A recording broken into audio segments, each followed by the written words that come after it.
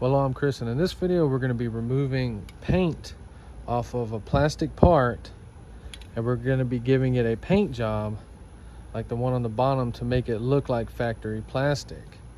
I'm just showing you this in case you want to get that exact look. It took me a month, and this can was right under my nose the whole time. It is plastic paint and it's perfectly fine, but you use whatever you want. Just showing you this so it doesn't burn your biscuit whenever we get to that point.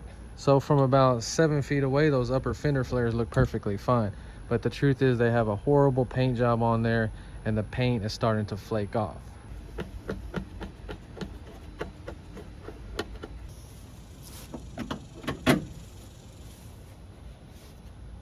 All right, so that took like 15 minutes. Not the easiest thing to get off.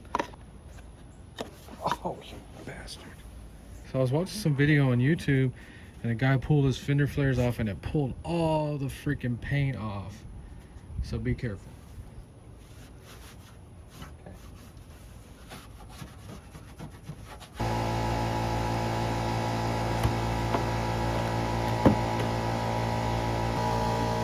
Damn! So we're already scratching up our freaking perfectly painted one. So you saw this piece sliding around. That's no joke. If you look right here, it's obviously where this thing fell in the dirt when they sprayed it the first time. You know, and I actually like the finish on them. It's not bad, but stuff like this is just going to keep getting worse and worse as we actually get closer to this paint job. See, it's not really as perfect as it looks 7 feet away. It's got a bunch of weird stuff going on. So we're going to go ahead and start by sandblasting on this. So we're at about 125 psi, just some play sand from Home Depot, and we're going to hit it right there, and hopefully it'll just start flaking it all away.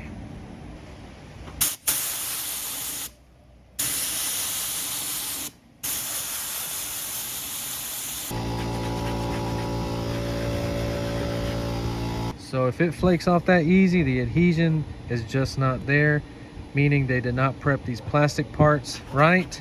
The reason they were painted in the first place is because they were faded and broken down by the sun. The ultraviolet rays do this to it because they were bare plastic when they were new. So we're using the sandblaster, if that makes sense, to try to blast away this little top layer and give us a surface that we can spray to.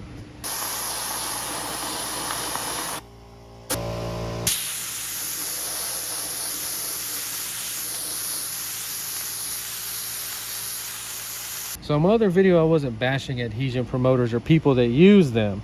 I was just saying I don't, because I do tests like we're about to do right now. This says it's a paint and primer, so let's just see if this is going to stick without needing a primer or an adhesion promoter.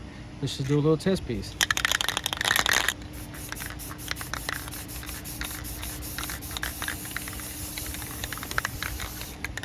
I sprayed it all crazy so we can test thinner areas, obviously in thicker areas, and see how they do. So the fact that it's coming off with the sand was the first test. You have to be careful on plastics when you use solvents and paint removers and things like that, because they will start to melt and warp your plastic. Be careful. So this has been drying for 48 hours. You make sure this cures 100%.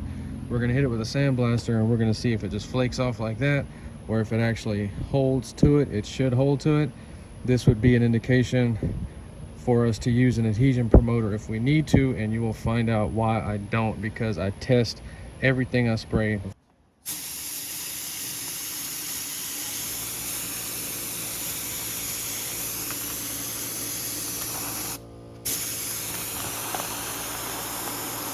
And would you look at that?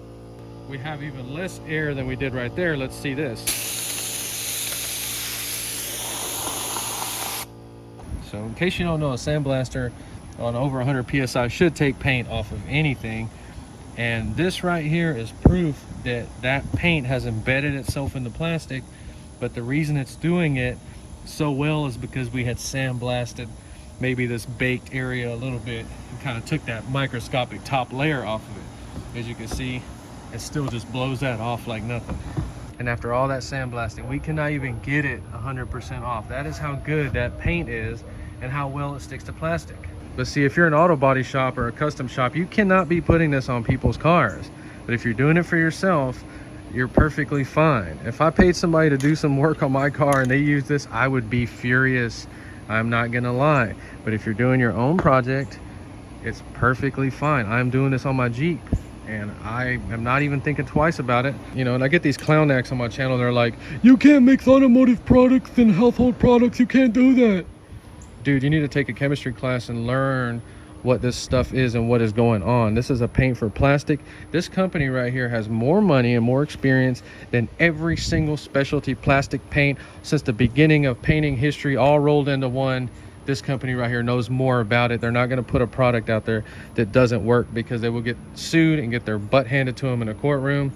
As you can see, this stuff sticks to plastic. That's all I got to say. So we got them blasted 100%. We're going to sand them real light.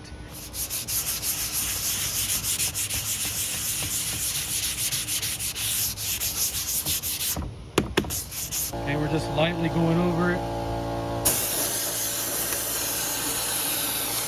So now we're just going to put a super light coat.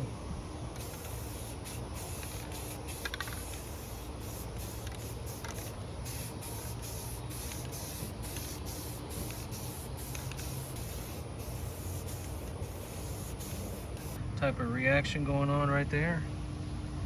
And I will let this first light coat dry for 24 hours. So with 3 light coats and then 1 heavy coat, that is the results that we got. That is passable for most people, but not for me. But yeah, they look acceptable and they look beautiful on the Jeep just like this. This one was sprayed about a week ago. I've already dropped it twice. You saw it get scratched earlier and it wiped down and looks perfectly good. But the truth is, if you want to learn the secrets to getting parts looking perfect, like brand new, you really have to overcome your fear of recoating. A lot of people would have looked at that and said, oh man, we can uncross our fingers. Oh man, we got lucky. Painting doesn't work like that. But if we want these things to come out super perfect, we actually need to sand them down one more time and respray them for the final finish. So let me know in the comments, does this look like a natural plastic finish to you? And if you're going to paint outside, the temperature and humidity is very, very critical for your jobs to lay out nice. This one was sprayed 95 degrees with probably 80% humidity. This one 90 degrees with about 50% humidity. And you see how that one laid out a lot better. This one looks good. It's just a little bit dirty.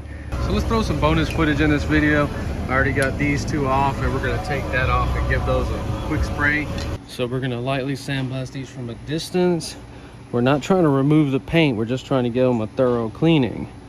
That's why I use a sandblaster, because that's the only way to get down in there and all those little areas like that. Okay, so after cleaning it, see the difference.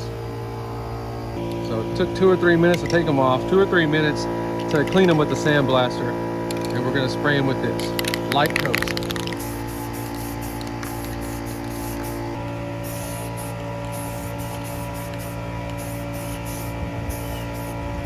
Got to paint the screws too.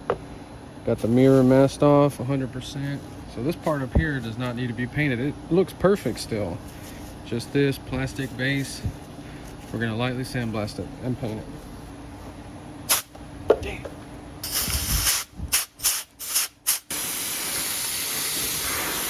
And sandblasting the plastic itself cleans it as well, before and after.